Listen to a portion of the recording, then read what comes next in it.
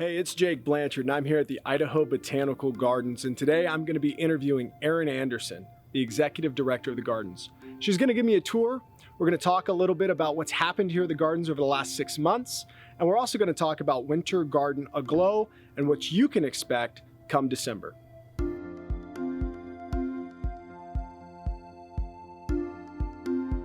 Erin, thanks for having me out here. Thanks for coming out. It's a beautiful day for a visit. It is an absolutely beautiful day here at the Gardens. And I just want to start out, and what can folks expect when they come out to the Gardens as far as social distancing and just navigating through to make sure that they're in compliance but can also enjoy the beauty out here?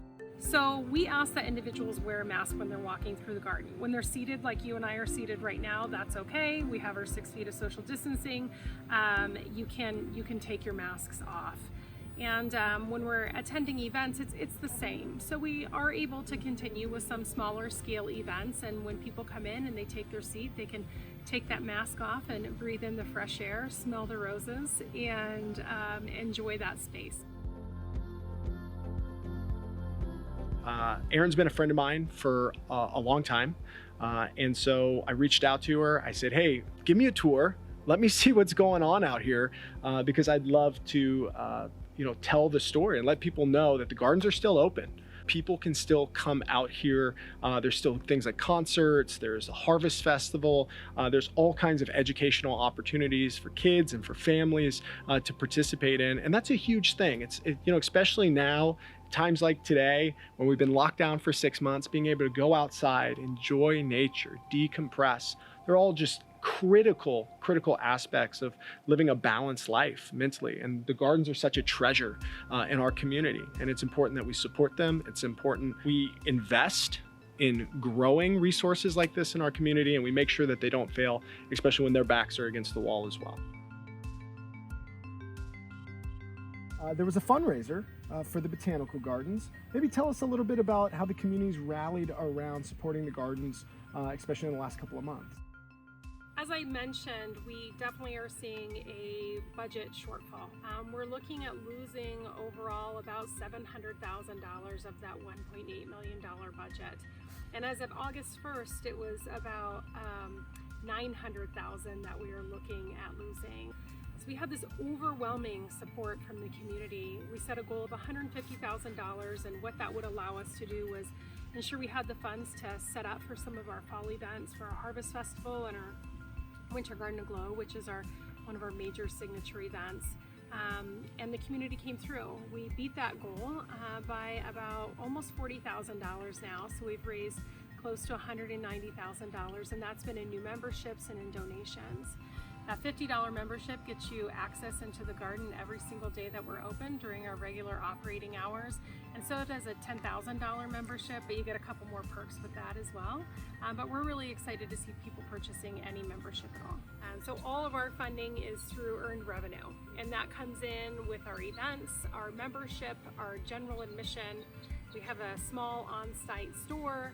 So all of those things contribute to about $1.8 million every year is what it takes to run the garden and to run our events. When we're talking about just the garden alone, we have 15 acres of developed space, and that costs between $750,000 and $1 million just to make sure that we're maintaining our plant collections. And that's really important because our plant collections are worth millions and millions of dollars. We have a really amazing penstemon collection that is nationally recognized that we want to ensure we keep vital and healthy and safe, along with over 400,000 different plants that are here at the Botanical Garden. All right, so the question on so many people's mind is, what's going to happen with Winter Garden Aglow? We're very excited that we're able to host Winter Garden Aglow this year. It's one of our largest fundraisers for the garden, and it's been a family tradition for families here in our community for about 22 years. Every year we hang about 480,000 lights. We keep our garden twinkling and glowing, and we have a lot of different activities that we host every single year. This year things will look a little bit different. We're going to have a smaller capacity. We're going to get creative with our friends like Santa and Rudolph, but there's definitely going to be opportunities for our community to come out and to celebrate the holiday season together. In October, we typically host one weekend. It's our Harvest Festival event, and it's 3 days full of fun activities for the family. But this year, because of the overwhelming support of the community and the new memberships and members that we received from August 1st until now, we decided that we were going to open up Harvest Festival and extend it out to 5 Saturdays. So every Saturday in October, we're going to be hosting different activities here at the garden, and it's just for general membership, and for general admission. So there's not going to be any event ticket prices put on that. It's if you're a member, you get to come in for free as a great way to say thank you, and if you're not, it's a great opportunity to come in and visit. And we're going to have 5 different weekends of different types of themes and activities. So having socially distanced music in the garden, we're going to have some outdoor movies, we're going to have some costume and some Halloween parade type activities at the end of the month. So really looking at how do we continue to come together as a community yet keep our space and have something new and different every single weekend. Erin gave me a tour of the gardens for nearly an hour. And in that time, we walked through the wetlands, children's garden, and the Lois and Clark garden. I saw and experienced a peaceful habitat filled with insects and wildlife, and I couldn't help but think of no longer having access to this amazing space. Those that know me know that I've spent years exploring various ways to relax, whether it be yoga or meditation, sauna, or even sensory deprivation. To be honest, there's very few things out there that rival the relaxation that I found just walking through the gardens.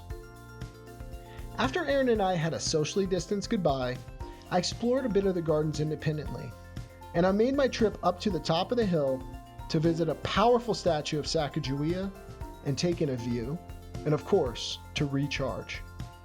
I hope you all do the same. Come out to the gardens, or maybe even become a member.